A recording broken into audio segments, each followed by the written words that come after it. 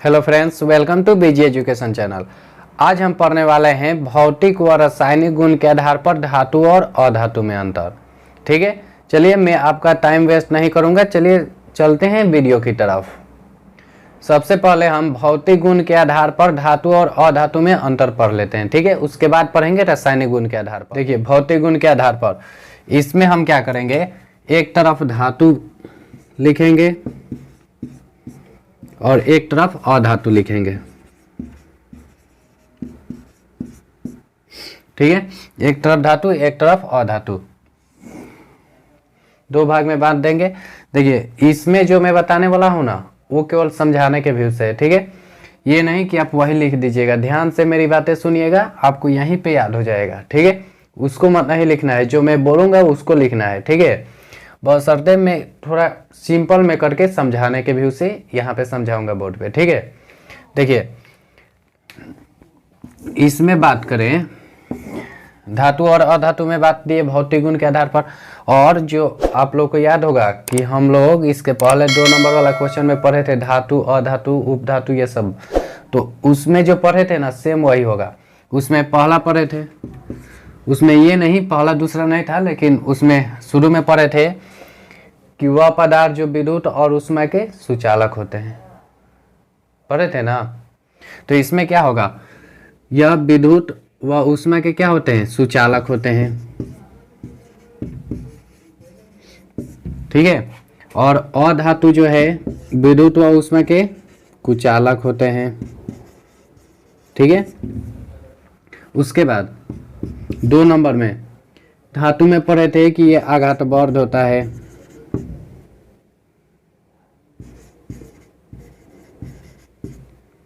आघातवर्ध होता है, और ये जो है आघातवर्ध नहीं होता है।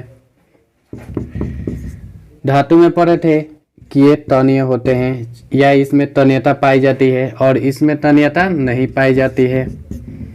उसके बाद इसमें पढ़े थे कि इसमें विशेष प्रकार की चमक होती है।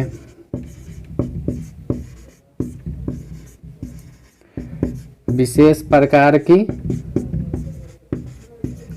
चमक होती है और इसमें कोई चमक नहीं होती है। ठीक है, उसके बाद पढ़े थे कि धातु को अगर हथौड़े से मारेंगे तो टन टन की आवाज आएगी, टन टन की आवाज आएगी।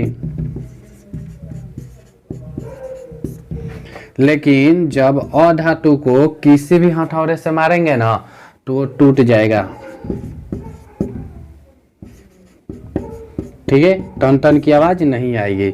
ऐसे भी बोल सकते हैं कि टन टन की आवाज नहीं आएगी या टूट जाएगा। ठीक है, देखिए एक बार फिर से मैं बता देता हूं, धातु और अधातु के अंतर पढ़ रहे हैं, वो भी किस में, भौतिक गुण के आधार पर। ठीक है, तो इसमें बोलेंगे कि धातु विद्युत व उष्मा के सुचालक होते हैं और अधातु विद्युत और उष्मा के कुचालक होते हैं।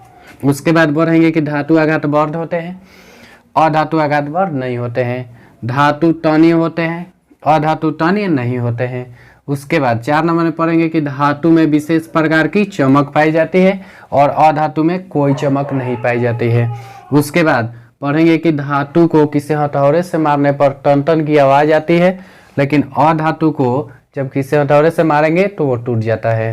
ठीक है, ये केवल समझाने के व्यू से था, मैंने जो बोला है उसको बस ध्यान से सुन लीजिएगा, उसी को लिखिएगा, न कि इसको। ठीक है, जो मेन चीजें हैं वो मैं लिख दिया हूँ।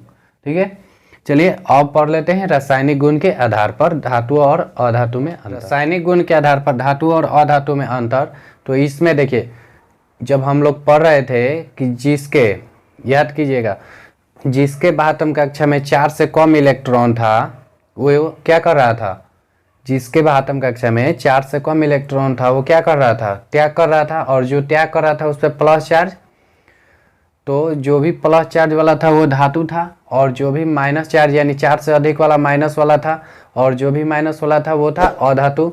तो देखिए हम ऐसे बोल सकते हैं कि धातु के परमाणु जो हैं धनायन बनाते हैं। ठीक है, धातु के परमाणु धनायन बनाते हैं। इसका उल्टा भी तो इधर हो सकता है, अंतर पढ़ रहे हैं तो इसमें बताइए ऐसे ही धातु के परमाणु धनायन बनाते हैं, तो अधातु के परमाणु ऋणायन बनाते हैं। ठीक है, धातु के परमाणु धनायन बनाते हैं तो अधातु के परमाणु ऋणायन बनाते हैं। उसके बाद 2 नंबर धातु के ऑक्साइड। ठीक है, धातु के ऑक्साइड,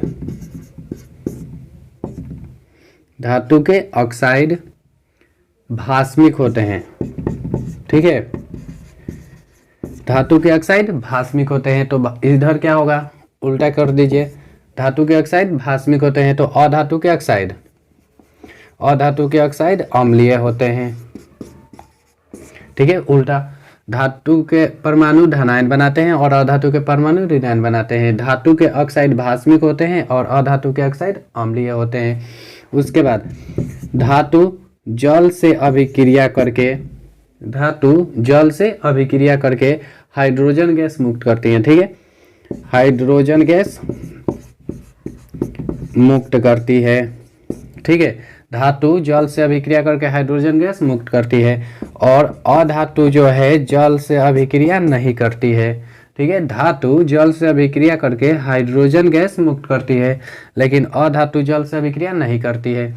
उसके बाद धातु जो है,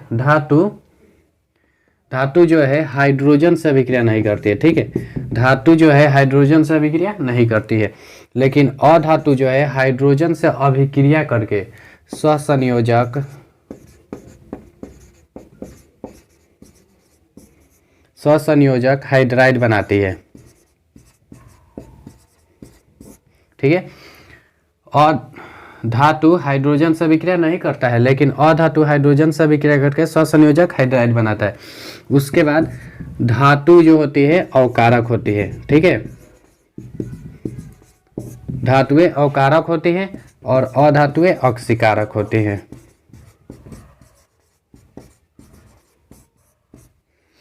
देखिए एक बार और, धातु के परमाणु धनायन बनाते हैं और अधातु के परमाणु ऋणायन बनाते हैं। धातु के ऑक्साइड भास्मिक होते हैं और अधातु के ऑक्साइड अम्लीय होते हैं। धातु जल से अभिक्रिया करके हाइड्रोजन गैस मुक्त करता है और अधातु जल से अभिक्रिया नहीं करता है। उसके बाद धातु हाइड्रोजन से अभिक्रिया नहीं करता है और अधातु हाइड्रोजन से अभिक्रिया करके स्वसंयोजक हाइड्राइड बनाता है। धातुएं अवकारक होती हैं और अधातुएं अक्सीकारक होती हैं। ठीक है, ये रहा भौतिक व रासायनिक गुण के आधार पर धातु और अधातु में अंतर। आई होप कि आपको समझ में आया होगा। चलिए फिर मिलते हैं नेक्स्ट वीडियो में।